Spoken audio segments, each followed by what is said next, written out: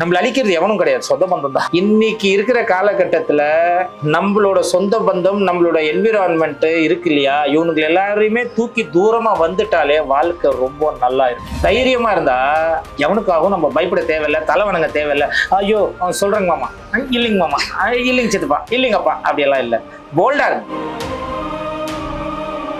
Gold versus land versus stock, இது மூணுத்துக்குமான உங்களுடைய ஒப்பீனியன் என்ன? நீங்க ஒரு கோல்டு பிசினஸ் ஆரம்பிக்கிறீங்க, அது சேல் பண்ணும்போது நான் வந்து இன்னைக்கு கோல்டு 1 கிராம் 8000 ரூபாய் தான் தருவேன் அப்படின்னு சொல்ல முடியுமா? முடியாது.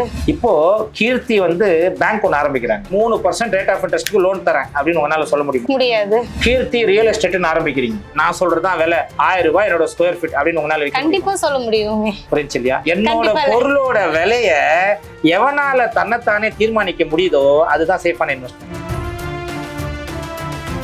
தலைவர்னு சொல்றதை விட நான் ஒரு சித்தர்னு சொல்லுவேன். ஸோ அந்த மாடர்ன் சித்தர் என்னோட தலைவருக்கு பியூர் அண்ட் பியூர் அவரோட பர்த்டேக்கு விழுப்புரம் டிஸ்ட்ரிக்ட் பீப்புளுக்கு எல்லாருக்குமே நான் கொடுக்கக்கூடிய ஒரு ப்ராஜெக்ட் வந்து டிடிசிபி என்ற ஏரா அப்ரூவல். விழுப்புரத்துலேருந்து செஞ்சி திருவண்ணாமலை போகிற ஹைவேலேருந்து ஜஸ்ட் ஒரு 7 கிலோமீட்டர்ஸ் தான் விழுப்புரம் பஸ் ஸ்டாப்லேருந்து. அதோட ரேட் பார்த்தீங்கன்னா எவ்வளோ இருக்கும்னு நினைக்கிறீங்க? ஐ திங்க் ஒரு 1200 அதுக்கு மேலே ஒரு ஸ்கொயர் ஃபீட். நம்ம அப்படி சொல்லிட்டீங்க, 444. ரஜினி சாரோட பர்த்டேக்கோசரம் டிசம்பர் 12th டிசம்பர் 14th வரைக்கும் இந்த 3 நாளைக்கு யார் புக் பண்ணி எடுத்துக்கிறாங்களோ அவங்களுக்கு 2.5 lakhs ஒர்த் உள்ள TV, fridge, washing machine, AC, இது 4மே கொடுக்குறேன்.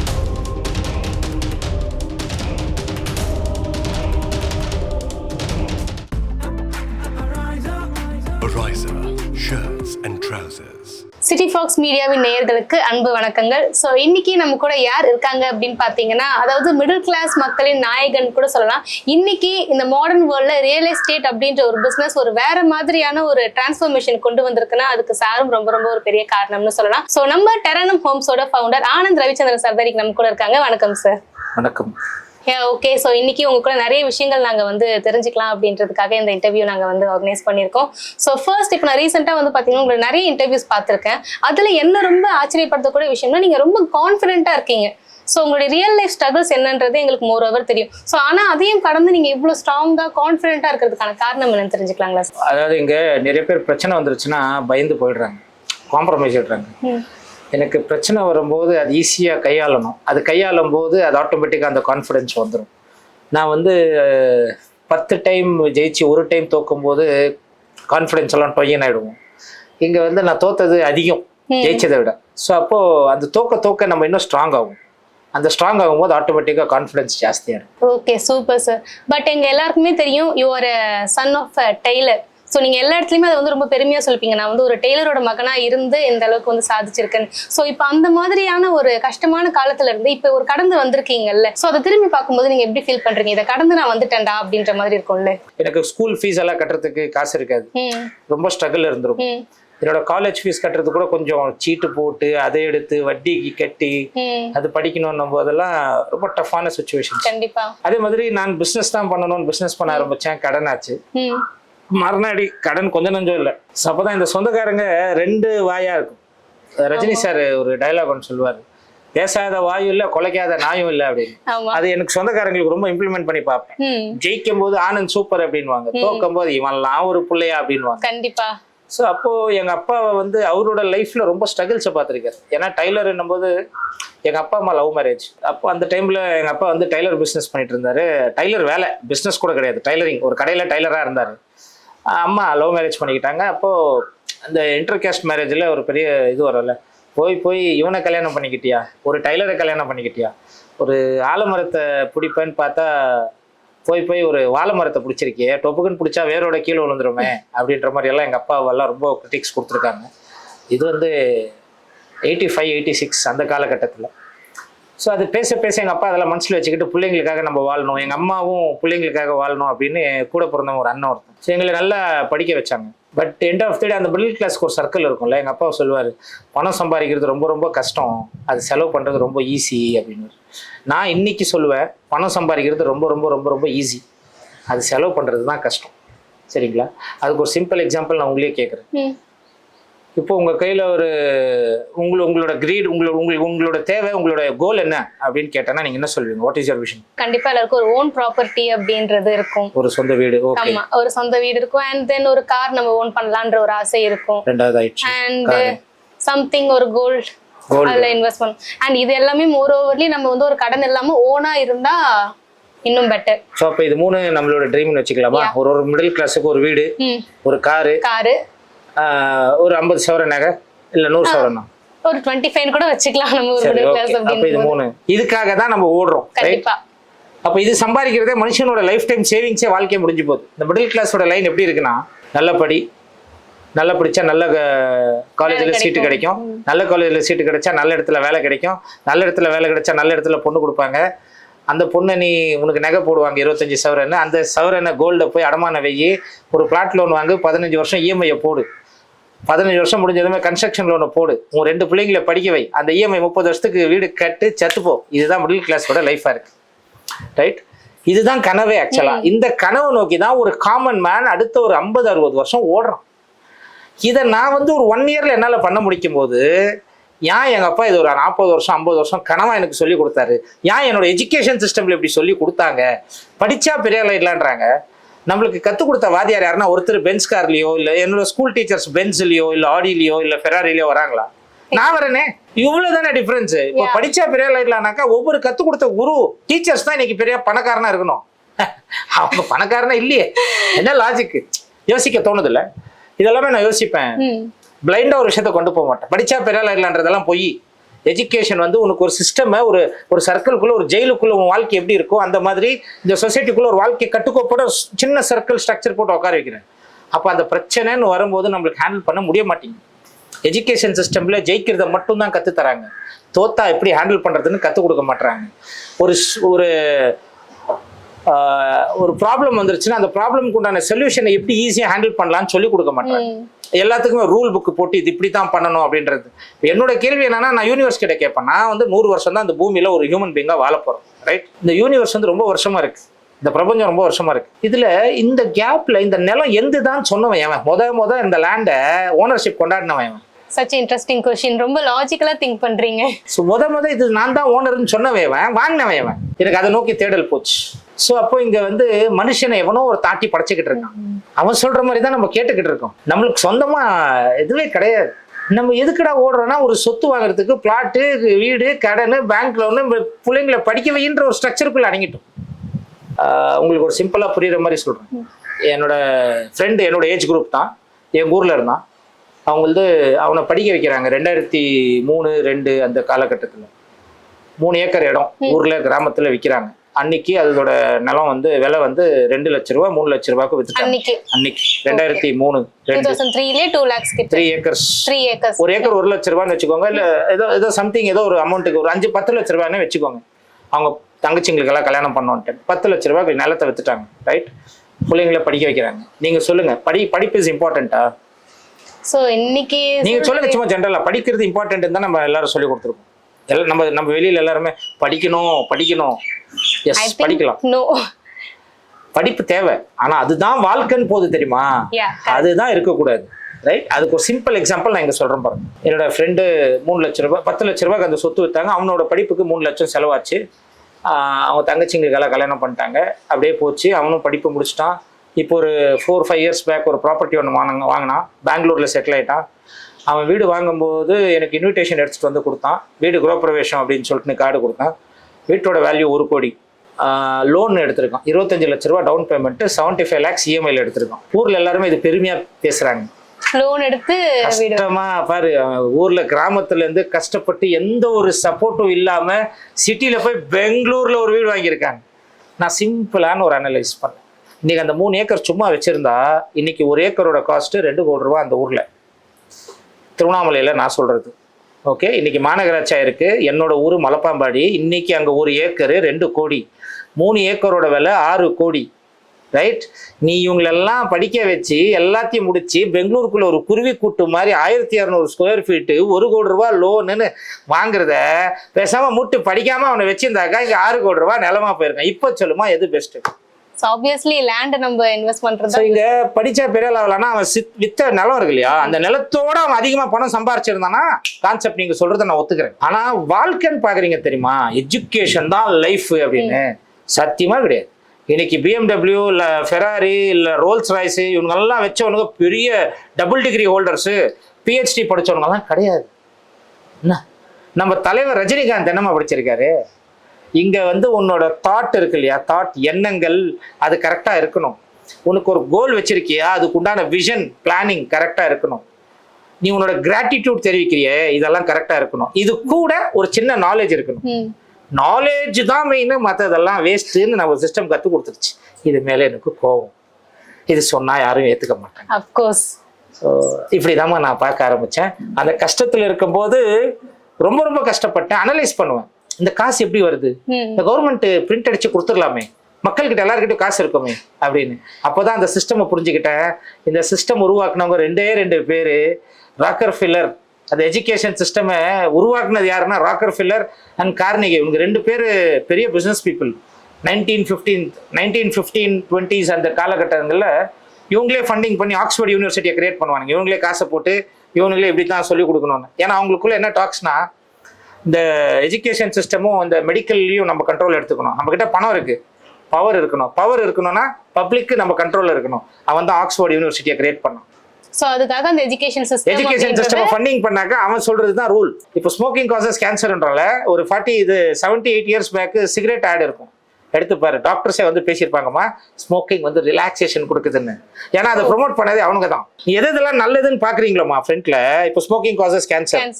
சரி, என் ஒய்ஃபு கேன்சர் தான் வந்தது. சிகரெட் பிடிச்சி கேன்சர் பார்த்தவங்க ரேஷியோ ரொம்ப குறைவா இருந்துச்சு. என் ஒய்ஃபு தம் அடிக்க மாட்டாங்க, தண்ணி அடிக்க மாட்டாங்க. எதுக்கு கேன்சர் வந்துருச்சுன்னா டாக்டர் கிட்டே கேள்வி இல்லை. அப்போ அதுக்கு ஒரு தேடல் இருந்துச்சு. சரி, ஹாஸ்பிட்டலில் போய் நான் பார்க்குற ஒரு பர்டிகுலர் ஹாஸ்பிட்டலில் சாட்டர்டே சண்டே கன்சல்டேஷன்ஸ் இருக்கும். ஒரு பர்டிகுலர் டாக்டர் அப்படின்றது ஒருத்தர் பார்க்குறாரு. ஒரு பர்டிகுலர் பியூட்டிஃபுல் கார்பரேட் ஹாஸ்பிட்டல் தான். அதில் போய் பார்க்குறோம். அதில் 100 பேஷண்ட்ஸ் பார்க்குறோம் ஒரு நாளைக்கு அப்படின்னா, அந்த பேஷண்ட்ஸில் ஒரே ஒருத்தனுக்கு மட்டும்தான் பான்பராக போட்டு டங்கு கேன்சர். மற்ற 99 மக்கள், ஒரு 5 வயசு 3 வயசு குழந்தைக்கு கேன்சர். என்ன காரணம் கேட்டால் ஹெரிடிட்டின்றான். ஹெரிடிட்டினா எங்கள் தாத்தாக்கு அவங்களுக்கு இருக்குன்னா அந்த குழந்தைக்கு, அவங்க அப்பாவுக்கு இருக்குன்னா அவங்க அப்பா இல்லை. ஹெரிடிட்டி ஒரு தலைமுறையில தான் காட்டுறது. அது எப்படி ஹெரிடிட்டின்னு பரம்பரையா இருந்தா தானே ஹெரிடிட்டி. இது எவனும் மாத்துறதுக்கு இந்த எஜுகேஷன் சிஸ்டம். அப்ப யாரையா ஏமாத்துறீங்க? இதெல்லாம் என்னோட கேள்வி. அப்போ அந்த ராக்கர் ஃபில்லர் அண்ட் கார்னிகி இவங்க எல்லாருமே ஸ்கெட்ச் போட்டு, பணம் இருக்கு, நம்ம பணம் சம்பாதிக்கிறோம், உலகம் ஃபுல்லாவே டாலர்ஸ்ல கொண்டு வந்தாங்க வர்த்தகத்தை. புரியுதா? இப்போ இந்தியாவில் நான் பிசினஸ் பண்றேன்னா ருபீஸை வச்சு பண்ணிக்கலாம். இந்தியாவுக்கு ஒரு ப்ராடக்ட் பண்ணா நான் என் காசு கொடுக்குறேன், நீ வேல்யூ என்ன இருக்கு அதை கன்வெர்ட் பண்ணி கொடுத்துக்கணும், இல்லை டாலர்ஸ்ல தான் பண்ணணும். அது ஒரு யூனிவர்சல்கான மானிட்டரி அது இவங்க தான் பண்ணிருக்கிறது. 2 பேர் தான் பண்ணிருக்கிறது. கூட ராத்ஸ்சைல்டுன்னு ஒருத்தனை சேர்த்துக்கோங்க. இவங்க எல்லாம் இலுமினாட்டிஸ்ன்னு சொல்லுவாங்க. ஒரு 13 பேர் கொண்ட குடும்பம். 13 இன்னைக்கு 16 இருக்கு. பட் ஆனா நான் சொல்றது 3 பேர் தான் மெயின் கேடிங்க இதுல. ஃபர்ஸ்ட் ராத்ஸ்சைல்டு பணத்தை உருவாக்குனவனே அவன் தான். ராக்கர் ஃபில்லர், அப்புறம் கார்னிகி. இவங்க 3 பேர். அதாவது இன்னைக்கு பணம், எஜுகேஷன், மெடிக்கல், இது 3த்தையும் உருவாக்குனவங்க இவங்க தான். இவங்க தான் ஒரு system. Education and medical. So இந்த 3 வச்சு தான் இன்னைக்கு நம்ம இந்தியன் இல்லாம ஆல் ஓவர் கண்ட்ரீஸா உலகமே அதாவது 194 198 நாடுகள் இருக்கா, முழுக்கவே அவங்க தான் ரூலிங். இந்த 3 சிஸ்டம் தான் நம்ம இயங்கிக்கிட்டு இருக்கோம். புரியுதா? இது யாருக்குமே புரியாது. 3ல போய் லேண்ட் பண்ண நாம, நிலா பூமியில இருக்கிறதுக்கு சோறு இல்லை. நீங்க எதுக்கு இஸ்ரோ வச்சு அவ்வளோ கோடி கணக்குல ஃபண்டிங் எவன் கேட்டான்? உங்களை எவனா கோரிக்கை வச்சானா 3க்கு போய் கண்டுபிடிங்க, எங்களுக்கு சோறு தேவைன்னு. மக்கள் சோறுக்கு பட்னி உட்காந்துருக்காங்களே, அதை கேட்கறாங்களே, ஏன் பண்ணல? ஆனா நம்ம அதை தாண்டின ஒரு டெவலப்மெண்ட்காக நம்ம ஓடிட்டு இருக்கோம். டெவலப்மெண்ட்ன்றது நம்மள அழிக்கதாமா. More the development happens, more the destructions to happens. நம்மளுக்கு புரியாது. நம்ம வளர்ச்சின்னு நம்மளோட கலாச்சாரத்தை இழந்துட்டோம். எது கேட்டாலும் வளர்ச்சி அப்படின்ற ஒரு பதில சொல்லி முடிச்சிடுறாங்க. தவறான பாதைகளை போயிட்டு இருக்கோம். அப்போ நான் யூனிவர்ஸ் கூட கனெக்ட் பண்ண ஆரம்பிச்சேன். சிம்பு சார் ஒரு இன்டர்வியூல இப்போ நான் ரீசெண்டாக பார்த்தேன். உங்களோட டயட்டுக்கு என்ன காரணம்னா, நான் நைட்டில் சாப்பிட்றது இல்லை. நான் இதே தான் முன்னாடியிலேருந்தே சொல்லுவேன். ஈவினிங் ஆஃப்டர் 6 o'clock ஏதாவது இயற்கையோட படைப்பில் காக்கா குருவியோ இல்லை ஏதாவது நைட்டில் போய் வேட்டையாடி சாப்பிடுதா? இல்லையே. ஏன்னா சன் இருக்கும்போது தான் நம்ம உடம்புக்குள்ள டைஜஸ்டிவ் சிஸ்டம் ஏற்படும். ஒரு வேளை சாப்பிடு, இல்லை 2 வேளை சாப்பிடு. இப்போ நான் உன்னை கேட்குறேன், apple is good for health or not? Health, it's a fruit தானே. நல்லது. சரி, ஓகே. கேங்கரோ அப்படின்ற ஒரு அனிமல் இருக்கு தெரியுமா? கேங்கரோ. ஆமா, ஆஸ்திரேலியா அந்த மாதிரி எங்கேயாவது. Australia, right? ஆஸ்திரேலியாவில் இருக்கிற ஒரு கேங்கரோ தூக்கின்னு நான் பாண்டிச்சேரியிலயோ இல்லை சென்னையிலயோ விடுறேன். ஒரு 100 கேங்கரோ. என்ன ஆகும்? சர்வை பண்ண முடியாது. அங்க இருக்க வெதர் கண்டிஷன்ஸ் தான் அங்க சர்வை பண்ண முடியும். செத்துரும் கண்டிப்பா. ரைட். யா. ஸோ அப்போ ஒரு அனிமல் குளிர் பிரதேசத்துல இருக்கிற அனிமலை தூக்கின்னு வந்து ஹாட்டான ஒரு இடத்துல வச்சா இறக்கும் போது ஒரு ஆப்பிள் எங்க விளையுது? குளிரான பகுதியில விளையுது. அதை எடுத்துட்டு வந்து சூடான பகுதியில நம்ம சாப்பிட்டோம்னா அது விஷம். சொன்னா யாரும் புரிஞ்சிக்க மாட்டாங்க. இங்க இயற்கை எப்படி படைக்கப்பட்டிருக்குன்னா, நான் இங்க சென்னையில இருக்கேன் அப்படின்னா, இல்ல பாண்டிச்சேரியில இருக்கேன் அப்படின்னா, என்னை சுத்தி 50 கிலோமீட்டர் என் மண்ணுல என்ன விளையுதோ அதுதான் என்னோட உணவு. அதுக்கு தான் இந்த பாடி அட்மாஸ்பியர், டெம்பரேச்சர் எல்லாத்தையும் தாங்கும். பட் ஆனா இப்ப இருக்க பீப்புள்ஸ் வந்து அந்த ஃபாரின் ஃபுட் கல்ச்சர், இன்னும் சொல்ல போனா நம்ம வந்து இந்தியன்ஸே ஃப்ரைட் ரைஸ், பிஸா, அதுதான்மா இப்போ நான் சொல்ற விஷயம் புரியுதா? சோ நம்மள சுத்தி ஒரு 100 கிலோமீட்டருக்குள்ள என்ன விளையுதோ, ஒரு 50 கிலோமீட்டருக்குள்ள என்ன விளையுதோ அதுதான் என்னோட உணவு, உன்னோட உணவு. அதை விட்டுட்டு நம்ம வெஸ்டர்னைஸ்ட் கல்ச்சருக்கு மாறிட்டோம். ஸ்டாண்டர்ட்னு மாறி ஒரு லக்ஸூரியான லைஃப் ஸ்டைலுக்காக வந்து எல்லாத்தையுமே வந்து சேஞ்ச் அதுல வீட்டுல கூட மாத்திட்டோம். வீடு பார்த்தா எனக்கு மார்பிள்ஸ்ல வேணும், டைல்ஸ்ல வேணும். இது காரணம் என்ன தெரியுமா? வயசானவங்களை போட்டுறதுக்காக தான் டைல்ஸ். பாத்ரூம் போயிட்டு வந்தாங்கன்னா நிறைய பேர் வலிக்கு உழுதுட்டு கை ஃப்ராக்சரு, முதுகு ஃப்ராக்சரு இன்னைக்கு இருக்கிற காலகட்டத்தில் நிறைய இருக்கு. அதுக்கு தான் டைல்ஸ் கொண்டு வந்தது. கன்ஸ்ட்ரக்ஷனோட ஸ்டைலே மாத்திட்டாங்க. இயற்கையோட படைப்பு கூட, இயற்கை யூனிவர்ஸ் கூட கனெக்ட் ஆகுறதே நம்ம கட் பண்ணிட்டோம். நம்மளுக்கு ஃபர்ஸ்ட் எடுத்ததுமே நம்மளுக்கு இயற்கை கூட கனெக்ஷன் என்னன்னா பூமி கூட நம்ம நடக்கிறது தான். இதுதான் அதை சப்பல்ன்ற ஒரு விஷயத்தை கொண்டு வந்து கட் பண்ணிட்டோம். இன்னைக்கு எத்தனை பசங்களுக்கு சப்பல் இல்லாம நடந்து யாருன்னா பேரன்னு சொல்லி தராங்களா? கண்டிப்பா செப்பல் போடாம நடந்தாதான் வந்து அவங்க வந்து ரெஸ்ட்ரிக்ட் பண்றாங்க.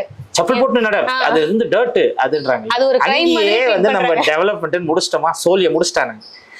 நம்ம எல்லாம் தமிழர்களோட வரலாறு வந்து அப்படியே அங்கங்க அப்படியே முடிச்சுக்கிட்டே வர மாதிரி ஆயிடுச்சு.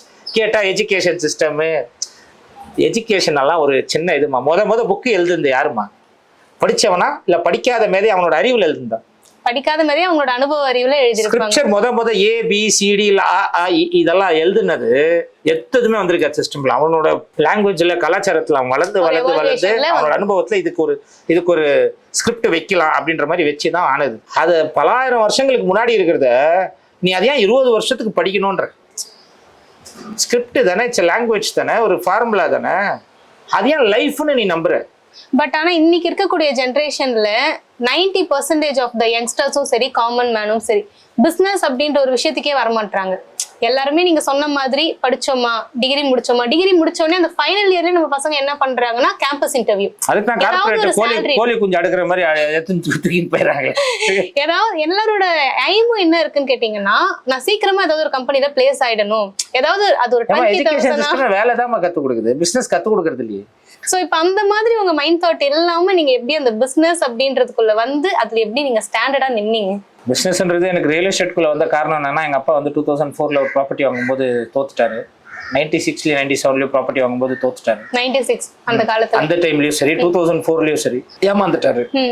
அப்போ அவரோட வேதனைகளை பார்த்தேன் நான். ஒரு 10 வருஷம் சேர்த்து வைக்கிற ஒரு பணத்தை தூக்கிட்டு வந்து ஒரு லேண்டுக்கு இன்வெஸ்ட் பண்ணும்போது அது தோல்வி ஆகும்போது ஒரு மிடில் கிளாஸ்க்கு ஒரு வழி இருக்கும்ல அப்படின்னு பார்த்தேன். அது என்ன வந்து பிஸ்னஸ்குள்ளே கொண்டு வரணும், அதாவது ரியல் எஸ்டேட்குள்ளே கொண்டு வரணும்னு தோணுச்சு. அதுக்கப்புறமா நான் படிக்கும் போதே எனக்கு ஒரு லீடர்ஷிப் குவாலிட்டிஸ் இருக்கும்.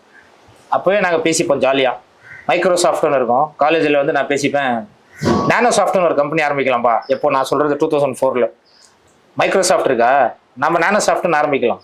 அவங்களுக்கு ஆப்போசிட்டில் நம்ம நானோ டெக்னாலஜியில் போகலாம், அப்படியெல்லாம் பேசுவோம். அப்போத்துலேருந்தே எனக்கு எதுவும் நான் டிஃப்ரெண்ட்டாக பண்ணணும் அப்படின்னு தோணும். பட் ஆனால் நம்மளோட சர்க்கிள் ஒன்று இருக்குல்ல, சொந்தம் பந்தம் இருக்கானுங்க இல்லையா, நம்மள அழிக்கிறது எவனும் கிடையாது, சொந்த பந்தம் தான். நம்மள இன்னைக்கு இருக்கிற காலகட்டத்துல நம்மளோட சொந்த பந்தம், நம்மளோட என்விரான்மெண்ட் இருக்கு இல்லையா, இவனுக்கு எல்லாரையுமே தூக்கி தூரமா வந்துட்டாலே வாழ்க்கை ரொம்ப நல்லா இருக்கும். கண்டிப்பா. இங்க என்னன்னா நம்மளுக்குள்ள எழுதப்படாத ஒரு சட்டம் இருக்கு. ஏய் அவன் மாமா, இவன் மச்சான், இவன் சித்தப்பா, இவன் பெரியப்பா, இவங்க என்ன நினைப்பாங்க, ஏய் அவங்க கல்யாணத்துல போய் நீ 1000 ரூபாய் மொய் வை, அப்பதான் உனக்கு 1000 ரூபாய் ரிட்டர்ன் வரும் மொய். ஏய் உனக்கு ஒரு சொந்தம் பந்தம் எல்லாம் தேவைடா. இன்னைக்கு சொந்த பந்தத்தை அவாய்ட் பண்ணீங்கன்னா வாழ்க்கை சூப்பரா இருக்கும். பட் ஆனா உங்களோட பிசினஸ்லயும் சரி, பர்சனல் லைஃப்லயுமே சரி, கண்டிப்பா நிறைய ஸ்ட்ரகிள்ஸை வந்து ஃபேஸ் பண்ணிருப்பீங்க. இப்ப அதெல்லாம் தாண்டி தான் வந்து ஒரு இடத்துல ஸ்ட்ராங்கா நின்று இருக்கீங்க. அந்த ஓவர் கம்க்கு ஏதாவது ஒரு ஸ்ட்ராட்டஜி இருக்கும்ல? ஏதாவது ஸ்ட்ராட்டஜி வந்து சக்சஸ்க்கு ஒரு ஸ்ட்ராட்டஜி அப்படி நான் சிம்பிளா ஃபாலோ பண்றேன். அந்த ஸ்ட்ராட்டஜி என்னன்னு சொன்னீங்கன்னா நாங்களும் கண்டிப்பா ஃபாலோ பண்ணுவோம். 4 பாயிண்ட்ஸ் சொல்றோம். ஃபர்ஸ்ட் பாயிண்ட் வந்து தைரியமா இருங்க. Be confident. தைரியமா இருந்தா எவனுக்காகவும் நம்ம பயப்பட தேவையில்லை, தலைவணங்க தேவையில்லை. ஐயோ சொல்றேங்க மாமா, இல்லைங்க மாமா, இல்லைங்க சித்தப்பா, இல்லைங்கப்பா, அப்படியெல்லாம் இல்லை. போல்டா இருக்கு. மனசாட்சி என்ன சொல்லுதோ அதை கேட்டுக்கோங்க. இது என்னைக்குமே கரெக்டா சொல்லும். First point. செகண்ட் பாயிண்ட் வந்து அடுத்தவனை பார்த்துட்டு பொறாமப்படாது. இங்க நம்ம சொந்தக்காரங்க பண்ற தப்பு என்ன தெரியுமா? அவன்லாம் எப்படா பெரிய ஆள் ஆயிட்டான் அப்படின்னு. அப்போ அவன்லாம் பெரிய ஆள் ஆகும்போது நம்ம கர்ஸா எடுத்துக்கிறோம்ல, நம்மளுக்குள்ள ஒரு நெகட்டிவ் வைப்ரேஷன் வருது இல்லை? அப்போ அது வந்து பிரபஞ்சம் எப்படி அனலைஸ் பண்ணோம்னா, அவன் பெரிய ஆள் ஆகுறது இவனுக்கு பிடிக்கல, அப்போ இவனும் பெரிய ஆள் ஆகுறது பிடிக்கல அப்படின்னு பிரபஞ்சம் நம்மளையும் பெரிய ஆள் ஆக்காது. ஸோ தேர்ட் பாயிண்ட் வந்து அடுத்தவனை பார்த்துட்டு பொறாமப்படாது.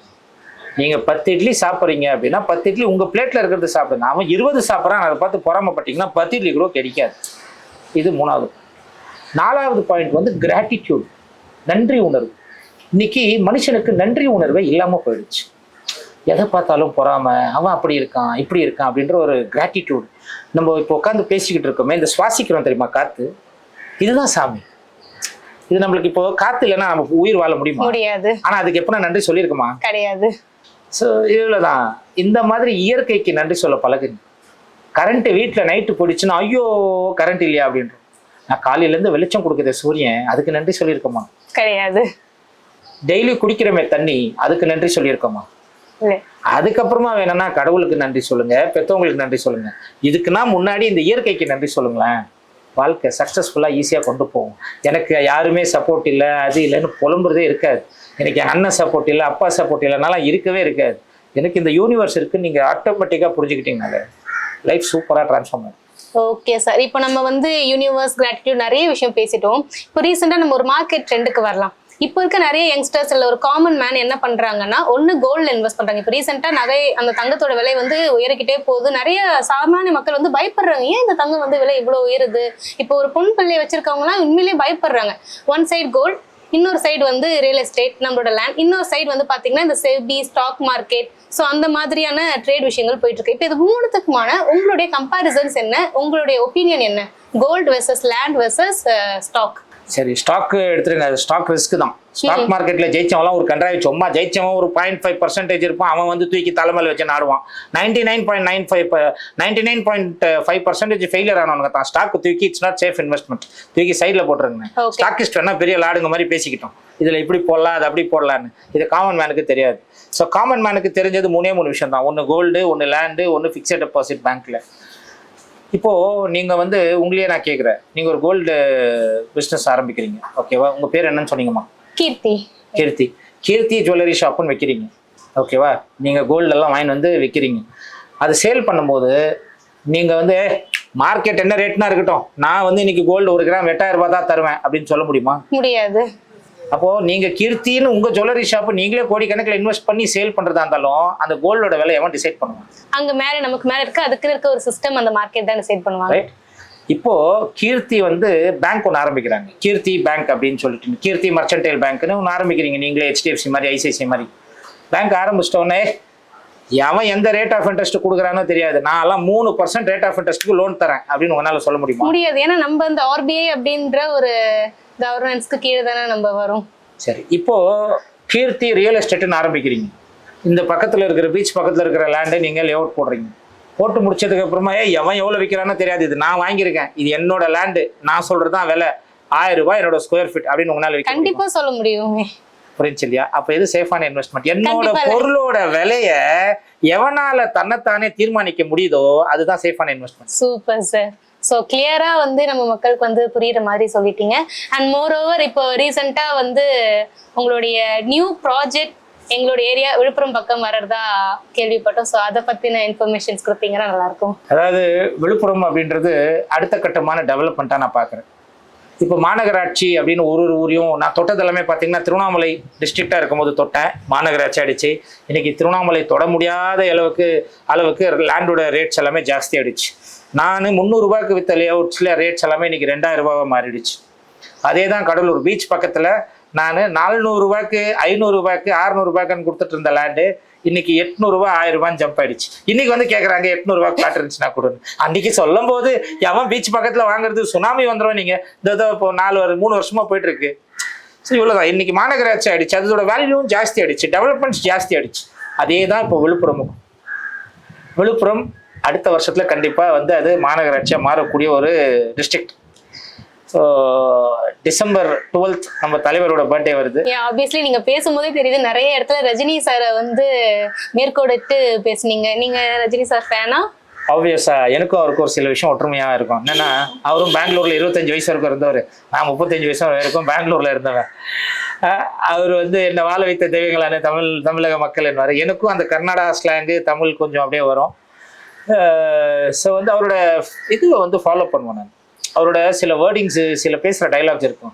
லைஃப்னா கீழே வந்து தான் கீழே வந்து மேலே போகணும், மேலே வந்து கீழே வந்தாலுமே திரும்ப மேலே ஏறணும், அது இதுன்னு வேற பண்ணிக்கிட்டே இருக்கணுன்ற ஒரு எனக்கு ரொம்ப பிடிச்ச ஒரு விஷயம்.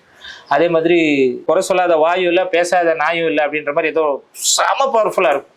அதே மாதிரி நீ லைஃப்ல உழைச்சவங்கெல்லாம் பெரிய ஆளாக மாறிட்டாங்கன்னா கிடையாது, ஆண்டவனோட அருள்னுவாரு. நான் வந்து யூனிவர்ஸோட அருள்னு சொல்லுவேன்.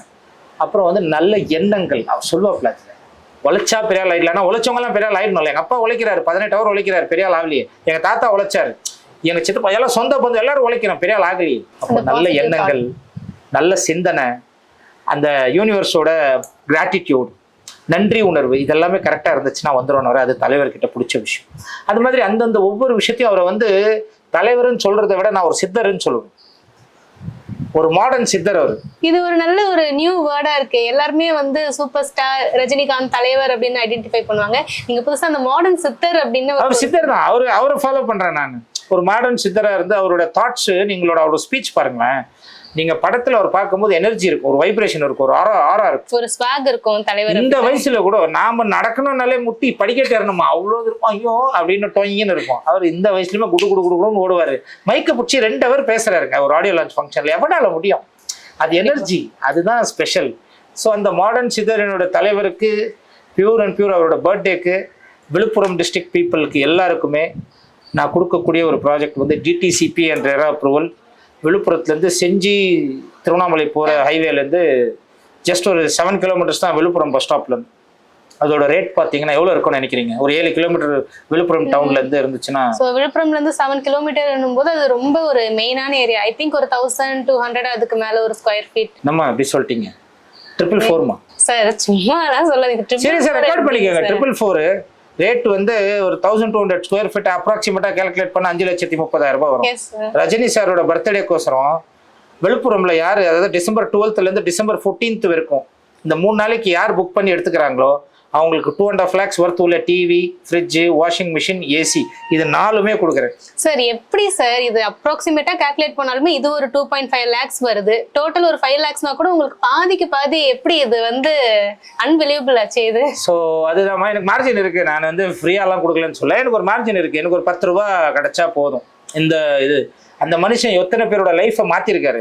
நான் வந்து அட்லீஸ்ட் விழுப்புரம் மக்களோட லைஃபை மாத்துறதுக்கு அவரோட பேரை வச்சு நான் கொடுக்கும்போது எனக்கு ஒரு 10 ரூபாய் மார்ஜின், 20 ரூபாய் மார்ஜின். இது வந்து உண்மையிலேயே வந்து ரொம்ப ஆச்சரியப்படக்கூடிய விஷயமா இருக்கு. ஏன்னா இப்ப நான் பேசிக்கலி ஹோம் டவுன் விழுப்புரம் தான், விழுப்புரம் நேட்டிவ் பொண்ணு.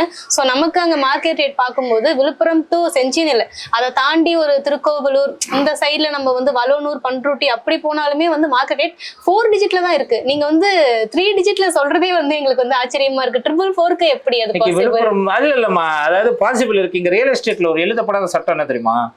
நீ 1 கோடி ரூபாய் போட்டீங்கன்னா 3 கோடி ரூபாய் சம்பாதிக்கணும், இல்ல 2 கோடி ரூபாய் சம்பாதிக்கணும். யூ ஹேவ் டு அந்த ப்ராஃபிட் ஷேரிங் வந்து 200% இன்வெஸ்ட்மென்ட்க்கு ஒரு ரிட்டர்ன் இருக்கணும். 200%. நான் அப்படி பார்க்கல. நான் வந்து எனக்கு ஒரு 10% ரிட்டர்ன்ஸ் இருக்கட்டும்னு பார்க்கறேன். இவ்வளவுதான். எனக்கு காசு வச்சுக்கிட்டு என்ன பண்ண போறோம்? காசு இருந்து என் வைஃபை ஒரு ஸ்டேஜ்ல காப்பாற்ற முடியல. சரி, காசு காசு காசு காசுன்னு நான் மிடில் கிளாஸா இருந்து டிரான்ஸ்ஃபர்மேஷன் மாறிட்டேன். எனக்கு தேவையானது எங்க அப்பா சொன்னாரு, ஒரே ஒரு ப்ராப்பர்ட்டி, ஒரு காரு, ஒரு 50-25,000 நகை. நீங்க சொன்னீங்க இதெல்லாம் நான் 1 வருஷத்துலயே பண்ணி முடிச்சிட்டேன். என்கிட்ட ஒரு வீடு இல்லம்மா. நான் 2013-14 நான் வீடு விற்கும் போது, கடங்கார நைட்டு வீடு விற்கும் போது எங்க அப்பா அழுதாரு. அழும்போது எனக்கு ஒரு மாதிரி, என்னடா இது எதுவுமே இல்லடா, இதுக்கப்புறமா என்கிட்ட எதுவுமே இல்லடா வித்து கொடுக்கறதுக்கு அப்படின்ற மாதிரி ஃபீல் பண்ணாரு. எல்லாமே போயிடுச்சு அப்படின்னு. அவர் ஒரு வீடு வச்சிருந்தாரு, வித்து கொடுத்துட்டாரு பிள்ளைக்காக. அதெல்லாம் ரொம்ப ஒரு பெயின்ஃபுல் ப்ராசஸ். அது எல்லாமே நான் அடிச்சு போட்டு வந்து பெங்களூர்ல அவருக்கு ஒரு வீடு ஒன்று கிஃப்ட் பண்ணேன். அப்புறம் ஒரு வில்லா ஒன்று எடுத்தோம், 5 BHK. அதுக்கப்புறமா வந்து காட்டேஜ் ஒன்று கட்டிக்கிட்டு இருக்கேன் பீச் பக்கத்தில். அப்புறம் என் ஊரில் திருவண்ணாமலையில் ஒரு வீடு ஒன்று இது பண்ணிட்டு இருக்கோம். ஸோ எங்கள் அப்பா சொன்னதை விட அது 4 மடங்காக உயர்த்தியாச்சு. இதுக்கப்புறமா என்ன காசு? எனக்கு ஒரு 10 கோடி ரூபாய் இருக்கு, போதாதா? இன்னும் காசு காசு காசு வச்சு என்னோட நிம்மதி இழக்கக்கூடாது. நான் அட்லீஸ்ட் ஒரு 1000 பேரோட லைஃப்பை மாற்றணும்னு பார்க்குறேன். என்னோட தாட்னாலேருந்து, என்னோட விஷன்னாலேருந்து. நீங்க பிளைண்டாக போய் ஒரு விஷயத்த நம்பாதீங்க. படிப்பு படிப்பு படிப்பு படிப்பு. எல்லாரும் இப்போவே வந்து என் புள்ள ஐஐடியில் படிக்கணும், என் புள்ள பிஇ தான் படிக்கணும். சரி, படிச்சு முடிச்சுட்டு என்னத்தை கீழ்ச்சான். இன்னைக்கு நான் வந்து ஜொமேட்டோவில் ஃபுட் ஆர்டர் பண்ணும்போது ஒரு டாக்டர் எனக்கு ஃபுட்டு கொடுக்குறாரு. பெங்களூர்ல நான் இருக்கும்போது ஒரு டாக்டர் எம்பிபிஎஸ் படிச்ச டாக்டர் ஜொமேட்டோவில் ஒர்க் பண்றாரு. பிஇ படிச்ச பையன் ஜொமேட்டோவில் வந்து எனக்கு ஃபுட்டு கொடுக்குறான். அவன் என்ன பார்த்துட்டு, சார் நீங்க ஆனந்த் ரவிச்சந்திரன் சார்ன்னு பேசும்போது தான், ஆமாங்க நீங்க என்ன பண்றீங்க, என்ன படிச்சிருக்கீங்கன்னு கேட்கும்போது ஷாக். அப்ப என்னத்துக்கு யூஸ் ஆச்சு அந்த படிப்பு? ஜொமேட்டோ டெலிவரி பண்றதுக்கா? ஒரு காலத்துல டெலிவரி பாய்ஸ்க்கு வரவே மாட்டாங்க. இன்னைக்கு அவங்க டெலிவரி பாய்ஸ் கிடையாது, டெலிவரி பார்ட்னர்ஸ். அவங்கள பிசினஸா கொண்டு வந்துட்டானுங்க. they are not employees. College students வந்து அந்த ஒரு மார்க்கெட் சிஸ்டம்க்குள்ள இருக்காங்க. அவ்வளவுதான். இப்போ நம்ம ஒரு படம் பார்த்தோமே, டியூடுக்கு முன்னாடி ஒரு படம் வந்துச்சு, லவ் டுடே. அதுக்கப்புறமா டிராகன்ல அவர் என்ன பண்றாரு, இன்ஜினியரிங் படிச்சு முடிச்சிருவாரு, ஃபேக்கா இன்ஜினியரிங் அது இதுன்னு பண்ணிட்டு லாஸ்ட்ல கிளைமேக்ஸ்ல என்ன கொண்டு வர்றாரு, ஜொமேட்டோல வராரு. இதுவா வந்து ஒரு இது.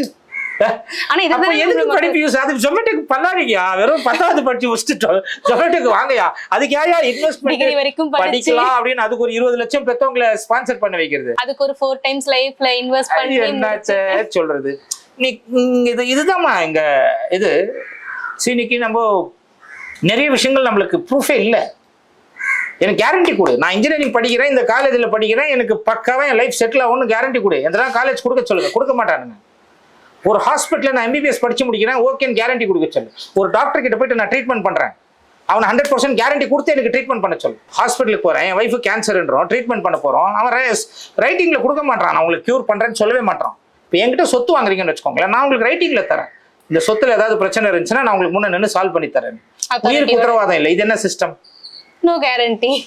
ஸோ இது கூடவே வந்து நான் இன்னொரு இது தரமா, சென்னை மக்கள் நிறைய பேர் என்ன கேட்டுட்டு இருந்தாங்க, சென்னையில இருக்கிற மக்களுக்கு எதனா ப்ராப்பர்ட்டி. இப்போ நீங்க விழுப்புரம் மக்களுக்காக இவ்வளவு பெரிய ஒரு ஆஃபர் கொடுத்துருக்கீங்க 444. ஆப்வியஸ்லி இப்போ ஒரு சென்னை அதை சுத்தி இருக்கக்கூடிய மக்களுக்கான ஏதாவது ஒரு சென்னை யோகலட்சுமி நகர் நான் ஏற்கனவே பண்ணதுதான். அது வந்து இன்னைக்கு மதுராந்தகம் பண்ணும்போது நான் எப்போதுமே டெவலப்பிங் ஏரியாஸ்ல தான் தொடுவேன் சொத்து. இன்னைக்கு சென்னை வந்து கிரேட்டர் சென்னையா மாறி போச்சு. எவ்வளவு தூரம்னா அச்சரப்பாக்கம் இருக்கும், அச்சரப்பாக்கம் தாண்டி அதுக்கிட்ட நம்ம கிளாம்பாக்கம்னா இப்போ வந்து சென்னை அப்படின்ற ஒரு ஸ்டேஜுக்கு கொண்டு வந்திருக்காங்க. ஸோ எல்லாமே அதாவது இப்போ ஆல்மோஸ்ட் திண்டிவனம் இருக்கும், திண்டிவனம் இருக்குமே உங்களுக்கு சென்னை, அதாவது அச்சரப்பாக்கம்ல இருந்து திண்டிவனமே ஒரு 15-20 கிலோமீட்டர் தான். மேல்மருவத்தூரை தாண்டி அச்சரப்பாக்கம் இருக்கும் உங்களுக்கு சென்னைன்ற மாதிரி கிரேட்டர் சென்னைன்னு இப்போ கொண்டு வந்துட்டாங்க. அப்போ மதுராந்தகத்தில் நம்ம சைட் ஒன்று லான்ச் பண்ணியிருக்கோம். அங்கே வந்து 1000 rupees per square feet லேண்டோட காஸ்ட் அங்கே. ஓகே, இதில் வந்து 4.5 லட்ச ரூபா ஒர்த்துள்ள பெரிய டிவி தர, கூகுள் ஆப் இன்ஸ்டால் ஆகிற மாதிரி டிவி, 4.5 lakhs ஒர்த்துள்ள TV, fridge, washing machine, AC, இதெல்லாமே பெரிய ஹை பட்ஜெட்டட். இப்போ நான் வந்து அதுக்கு முன்னாடி சொன்னது எல்லாமே ஒரு மிடில் கிளாஸ்க்கு ஒரு ஹை பட்ஜெட், இது ஒரு ப்ரீமியமாக கொஞ்சம் அப்பர் மிடில் கிளாஸுக்கு ஒரு ப்ரீமியமான ஒரு பெரிய டிவி. ஸோ அந்த மாதிரி 4.5 லட்ச ரூபாய் ஒர்த்துள்ள ஆஃபர் தரோம். எப்படி சார்? இப்போ பொதுவாகவே எல்லா ஒரு பிஸ்னஸ் மேனுக்குமே ஒரு மைண்ட் செட் இருக்கும், முடிஞ்ச அளவுக்கு நம்ம ப்ராஃபிட் பார்க்கலாம், எந்த அளவுக்கு ஒரு விஷயத்துல ப்ராஃபிட் எடுக்க முடியுமோ அப்படிதான் பார்ப்பாங்க. பட் நீங்க எப்படி அந்த ஒரு மார்ஜின் லெவலுக்கு போய் கிட்டத்தட்ட இந்த ரியல் எஸ்டேட் பிசினஸ் அப்படின்றதே ஒரு வேற ஒரு டிரான்ஸ்ஃபர்மேஷன் கொண்டு வந்தது நீங்க தான். ஸோ அது எப்படி உங்களால முடிஞ்சது? இங்க எனக்கு அதான் சொன்னேனே, இப்போ ஒரு காக்கா ஒரு வீடு கட்டுதுன்னு வச்சுக்கோங்களேன், அதுக்கு stress, depression, CIBIL score, bank loan, credit card, டெபிட் கார்டுன்னு இருக்கா? இல்லை. ஒரு குருவி வீடு கட்டுதுன்னு வச்சுக்கோங்களேன், இருக்கா? இல்ல. ஒரு நாய் தனக்கான ஒரு வீடு மழை வரும்போது ஒரு கார் அடியிலையோ இல்லை மண்ணை தோண்டி போய் உட்காந்துக்குதுன்னா அதுக்கு ஒரு இல்லை அவங்ககிட்ட பட்டாவா ஒரு ரெஜிஸ்ட்ரேஷனோ வாங்குறோமா? இங்க மனுஷனுக்கு பிபி, ஸ்ட்ரெஸ் இதெல்லாம் எப்போ வந்துச்சுன்னு பார்த்தீங்கன்னா, எப்போ அவன் சொத்தை போய் வாங்கணும்னு ஒரு கனவா மாத்திட்டாங்க தெரியுமா? அப்போதான் அந்த பிபி, சுகர் எல்லாம் வர ஆரம்பிச்சிருச்சு. ஸோ அது கனவு இல்லை. எல்லாருமே நீங்க ரியல் எஸ்டேட் ஆடெல்லாம் பார்த்தீங்கன்னா make your dream home come true, அது ட்ரீம் இல்லை. அது ஒரு காக்கா யதார்த்தமா 2 நாள் அதுக்கு தேவையான கூடு கட்டிக்கிட்டு போயிடுது. ஒரு காட்டுல சிங்கம், புலி இதெல்லாம் தனக்கு தேவையான ஒரு அடைக்கலத்தை ஈஸியா கட்டிக்கிட்டு போயிடுது. மனுஷன் மட்டும் அது ஒரு 25 வருஷம் ப்ரோசஸா மாத்திட்டான் தெரியுமா? அது மேல எனக்கு ஒரு லைஃப் டைம் ஸ்பேனா மாறிடுச்சு. அது மாறிடுச்சு. வீடு வாங்குறது அவனுக்கு ஒரு பெரிய கனவு, அவன் லைஃப் லாங் அதுக்கு இஎம்ஐ கட்டிக்கிட்டு இருக்கணும், அது உடைக்கணும் தாமா. ஸோ என்னோட மார்ஜின்ஸை குறைச்சிட்டேன். அது இல்லாமல் இந்த ஃப்ரிட்ஜு, டிவி, வாஷிங் மிஷின் எல்லாம் பார்த்தீங்கன்னா இன்னுமே நான் இருக்கிற இந்த ஏரியாவில் என்னோட மக்கள் மிடில் கிளாஸ், அவங்க தான் எனக்கு மிடில் கிளாஸ் நாயகன்னு இந்த அவார்டு கொடுக்கும்போது ரெக்கக்னைஸ் பண்ணாங்க. அப்போதான் மிடில் கிளாஸ் வந்து இன்னும் டிவி வந்து கலைஞர் டிவி தான் வச்சுட்டு இருக்காங்க விழுப்புரம் மாவட்டத்தில். நான் பார்த்த கஸ்டமர்ஸ் எல்லாமே என்கிட்ட இருக்கிற கலைஞர் டிவி தான் வச்சுக்கிட்டு ரிமோட்டில் வச்சு மாற்றிக்கிட்டு குட்டி டிவி. அப்போ அவங்களை கொஞ்சம் அப்கிரேட் பண்ணி எல்இடி டிவி வாங்க வைக்கலாம். ஓகே. ஸோ இன்னும் கையில தான் அந்த பம்பு செட்ல போய் துவைக்கிறாங்க. துவைக்கிட்டோம், ரைட், உடம்புக்கு நல்லது. பட் உடம்பு முடியாத போது தண்ணி மழை ஹெவியா இருக்கும் போது நீங்க என்ன பண்ணுவீங்க? ஒரு வாஷிங் மிஷின். அவங்க வீட்ல ஒரு மோட்டார் சிஸ்டம். ஸோ அவங்களும் கொஞ்சம் அப்கிரேட் ஆக வேணாவா? இவ்வளவுதான் விஷயம். சோ ஒரு சமுதாயத்துல அடித்தட்டு மக்களாவே இருக்கக்கூடாது. மிடில் கிளாஸா பிறந்தா உங்க ஸ்டைல சொன்னா மிடில் கிளாஸாவே இருக்கணும், வாழணும், சாகணும்ன்ற அவசியம் கிடையாது. நம்ம அடுத்த கொஞ்சம் ஹையர் கிளாஸா மாறுங்க. அதுக்கு உண்டான இது சின்னதான ஒரு சின்ன ஒரு 0.0001% இந்த பிரபஞ்சத்துல நான் எதனா கான்ட்ரிபியூட் பண்றேன். Super. I'm not keen on money, I'm keen on my passion. அந்த பேஷனை நீங்க அவ்வளவு நேசிச்சு பண்றீங்க. மாத்தலாமே. சோ இப்ப அவார்ட்ஸ் பத்தி பேசிட்டு இருந்தோம். எங்களுக்கு தெரியும் நீங்க நிறைய அவார்ட்ஸ் வந்து வின் பண்ணிருக்கீங்க, நிறைய யங்ஸ்டர்ஸ்க்கு வந்து ரோல் மாடலா இருக்கீங்க. இப்போ ரீசெண்டா டாக்டர் அப்படின்னு சொல்லி கேள்விப்பட்டோம். சோ அதை பத்தி எங்களுக்காக ஒரு சில இன்ஃபர்மேஷன்ஸ். எனக்கு அதுல பெருசா இதெல்லாம் இல்லை. எவ்ரிதிங் கேன் பி பாட் அப்படின்ற மாதிரி தான் போகும். என்னை வந்து ரெக்கக்னைஸ் பண்ணாங்க டாக்டரேட் இன் சோஷியல் சர்வீஸ் அப்படின்னும் போது அக்செப்டட் அமெரிக்கன் யூனிவர்சிட்டிலேருந்து கொடுத்தாங்க. நியூஸ் 7ல் ஒரு விருதுகள், நிறைய அவார்ட்ஸ், டைம்ஸ் ஆஃப் இந்தியாவில் என்னை பற்றி ஒரு ஆர்டிக்கல், ஒரு டைலரோட பிள்ளை எப்படி மாறுறாங்க அப்படின்றது தான். அது ஒரு பெருமையான விஷயம். அவார்ட்ஸ் வந்து ஒரு ரெக்கக்னிஷன் தானே. நம்ம ஓடுற ஸ்பீடுக்கு இன்னும் கொஞ்சம் ஸ்பீடாக ஓடலாம். எனக்கு அவார்டு கொடுத்தா தான் நான் வேகமாக ஓடுவேன்னு இல்லை. என்னோட தாட் ப்ரோசஸ் ஒரு மைலேஜ், ஒரு எக்ஸ்ட்ரா மைலேஜ். பரவாயில்ல, நம்ம இவ்வளவு தூரம் வந்ததுக்கான ஒரு இது வந்து அங்கீகாரம் கிடைக்குது. ஸோ அதெல்லாம் பார்க்கும்போது ஒரு ப்ரைட் மூமெண்ட் தான். அதாவது சிம்பிளா, இது ஏற்கனவே 2-3 டைம் சொல்லியிருக்கேன், ஆனாலும் உங்களுக்கு சொல்றேன். இது நீங்க என் கூட ஃபர்ஸ்ட் டைம் இன்டர்வியூன்றது. அதாவது சிம்பிளா சொல்லணும்னா, ஏற்கனவே 2-3 இன்டர்வியூல சொல்லியிருக்கேன், ஆனாலும் இப்போ நீங்க ஃபர்ஸ்ட் டைம்ன்றது உங்களுக்கு சொல்றேன். ஒரு சாதாரண டைலருக்கு புள்ளியாக பிறந்து எல்லா மிடில் கிளாஸ்க்கு இருக்கிற கனவோட ரொம்ப கஷ்டப்பட்டு ஸ்கூலில் படித்து அங்கத்துலேருந்து எல்லாருக்கும் இருக்கிற கனவு மாதிரி இன்ஜினியரிங் படிக்கணும் ராசியோட இன்ஜினியரிங் படித்து முடிச்சுட்டு வேலை கிடைக்காம, அங்கத்துலேருந்து வேலை கிடைக்காம பிஸ்னஸ் பண்ணி, பிஸ்னஸில் 2012, 13, 14 அடி வாங்கி 2 கோடி ரூபாய் டைலரோட பிள்ளைக்கு கடன் ஆகி தற்கொலை பண்ணிக்கிற போகிற சுச்சுவேஷன் வந்து அங்கத்துலேருந்து மீண்டு சரி ஓகே ஜெயிக்கலான்னு ஒரு தன்னம்பிக்கையோட நான் லவ் பண்ண பொண்ணை கல்யாணம் பண்ணிக்கிட்டு அங்கத்துலேருந்து லைஃப் ட்ராவல் பண்ணி கடனை முடிச்சு அப்படியே ஸ்மூத்தாக போகுதுன்னும் போது 2019 பெரிய விஷயம் கோவிட் அப்படின்னு வருது. 2020 பீக்கில் போகுது. ஸோ அப்படியே வந்து என் ஒய்ஃபுக்கும் கேன்சருன்னு தெரிய வருது. லவ் பண்ணி கல்யாணம் பண்ணிக்கின பொண்ணுக்கு கேன்சருன்னு தெரிய வந்து எனக்கு ஒரு பொட்டை புள்ள பிறந்து அப்பா அம்மாவுக்கு உடம்பு முடியாமல் எந்த இதுவுமே இல்லாமல் ஒரே டைம் எல்லா விஷயமும் நடக்கும்போது அங்கத்துலேருந்து நொந்து நூலாகி கீழே விழுந்து என் ஒய்ஃபும் இறந்ததுக்கு அப்புறமா ஒரு 4.5 கோடி ரூபாய் கடனை கொல்லி வைக்கும் போது அங்கத்துலேருந்து மீண்டு வந்து இன்னைக்கு டிரான்ஸ்ஃபர்மேஷன் ஆகி ஒரு நிறைய சொத்துக்களை வாங்கி நிறைய பேரை படிக்க வச்சு நிறைய யங்ஸ்டர்ஸ்க்கு இன்ஸ்பைரிங்காக இருந்து எமர்ஜிங் அச்சீவர் ஆஃப் த இயர்ன்ற ஒரு அவார்டு, அப்புறம் வந்து நியூஸ் 7ல் யங்கஸ்ட் ஆண்டர்பிரினர்ன்ற ஒரு அவார்டு, எக்கச்சக்கமான விருதுகள், டாக்டரேட் பட்டம் அப்படின்ற ஒரு அவார்டு வரும்போது ஒரு சாதாரண மிடில் கிளாஸுக்கு கெத்தா இருக்காது. கண்டிப்பா நான் வந்துட்டேன்டா அப்படின்ற மாதிரி ஒரு ப்ரைட் மூமெண்டா இருக்கும்ல அது. அவ்வளவுதான் விஷயம். அதுதான் என்னோட. Okay sir, last and final question. So இன்னைக்கு இருக்கக்கூடிய யங்ஸ்டர்ஸ்க்கு ஆனந்த் ரவிச்சந்திரன் என்ன சொல்ல வராரு? உங்களை நீங்க நம்புங்க, அடுத்தவனை நம்பாம. மெயினா சொந்தக்காரனை நம்பாதீங்க. உங்களை நீங்க நம்புங்க, வாழ்க்கை உருப்படியா இருக்கும். உங்க மனசாட்சி வந்து உங்களுக்கு கரெக்டா சொல்லும்.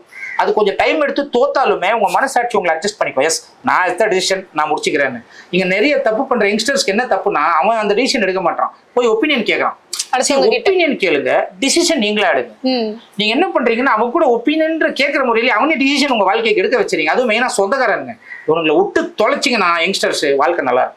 வேற என்ன சொல்றேன்? இப்படி ஒரு மனுஷனால இவ்வளவு பிரச்சனைகளை கடந்து ஆனா இன்னைக்கு நீங்க நிற்கும் போது பாக்குற எங்களுக்கு எப்படி ஃபீல் ஆகுதுன்னா, நம்மளாலயும் முடியும்.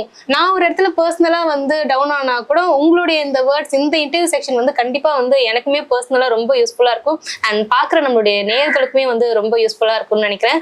So thank you so much. உங்க வாழ்க்கையிலே வந்து நீங்க எப்பயுமே வந்து டைம் ரொம்ப இம்பார்ட்டன்ட் அப்படின்னு சொல்வீங்க. ஸோ அந்த இம்பார்ட்டன்டான டைம் நீங்க எங்க கூட ஸ்பெண்ட் பண்ணி இவ்வளவு அழகான விஷயங்களை நீங்க எங்க கூட பகிர்ந்ததுக்கு ரொம்ப ரொம்ப thank you so much, sir. Thank you. Ariza, shirts and trousers.